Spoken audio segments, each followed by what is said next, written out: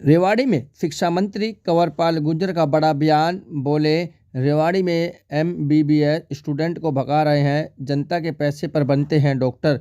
हरियाणा में bond policy के विरोध में चल रहे MBBS स्टूडेंट के आंदोलन के बीच शिक्षा मंत्री कंवरपाल गुर्जर ने कहा है कि इसको लेकर राजनेताओं के जो बयान हैं वह सिर्फ स्टूडेंट को बहकाने वाले हैं। इसको लेकर गलत प्रचार किया जा रहा है। वहीं मंत्री ने यह भी कहा है कि डॉक्टर बनने के बाद कोई गरीब नहीं रहता। शिक्षा मंत्री देर शाम रेवाड़ी के आईजू में चल रहे सांस्कृतिक कार्यक्रम में शिरकत करने के लिए पहुंचे थे। उन्होंने कहा कि प्रदेश सरकार ने निर्णय लिया है कि जो बच्चे सरकारी कॉलेज में पढ़ रहे हैं उनका खर्चा बहुत कम है। उन पर खर्चा हो रहा पैसा मुख्यमंत्री या मेरा नहीं, ये पैसा जनता का है। इसके बारे में जो राजनेताओं के बयान है, मैं समझता हूं को बहकाने वाला काम कर रहे हैं।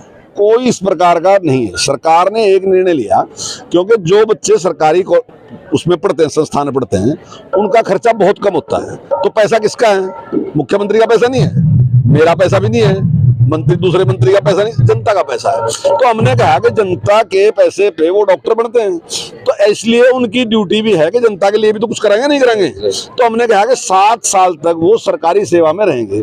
ठीक है, सरकारी सेवा में जो रहते हैं उनकी तनख्वाह कुछ कम है, प्राइवेट में ज्यादा है, लेकिन भैया आप पढ़ते टाइम उस टाइम आप पे इतने पैसे नहीं थे। उस टाइम आपने, जनता ने आपको सहयोग किया, तो अब आपकी ड्यूटी है 7 साल तक आप जनता की सेवा करें। अगर आप इस बात से सहमत नहीं है और आप कहते हैं कि हम तो ज्यादा पैसे लेंगे, प्राइवेट में जाएंगे, तो हमने कहा कि एक बाउंड है 40 लाख का, ये आप अपने एक लगता नहीं मांगे 40 लाख, आप उसमें से कुछ पैसे देंगे, वो पूरा कर दें।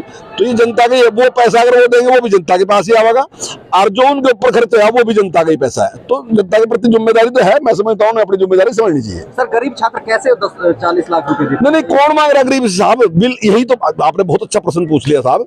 गरीब से कोई मांग ही नहीं रहा पैसा एक भी। आप डॉक्टर बन गए, अब डॉक्टर बनने के बाद तो आप गरीब नहीं रहे ना। एक तरफ आपके पास एक है कि आपको 1.25 लाख रुपए तनख्वाह मिलेगी, एक तरफ आपके पास है कि आपको 2 या 2.5 लाख मिलेगी। हम कह रहे हैं 1.25 लाख जो देने पड़े, उन्होंने आप पढ़ाए थे, उन्होंने खर्चा कराया, आप एक पैसा भी ना दो, आप उनकी सेवा कर दो 7 साल, कोई पैसा देना आपने। लेकिन अगर आप कहें कि नहीं साहब मैं नहीं आपकी सेवा सुआ करता, मैं तो अपनी बुद्धि से पढ़ा, सारा कुछ था, मैं तो प्राइवेट नौकरी करूंगा, तो ठीक है, आप किस्तों में 40 लाख उसके दे दो। जो आपको अगर 2.5 लाख वहां मिलते हैं तो उनमें से 50, 25 हजार करके उसके पैसे, तो क्या बात थी? जनता के पैसे, कोई हमारा पैसा तो नहीं है।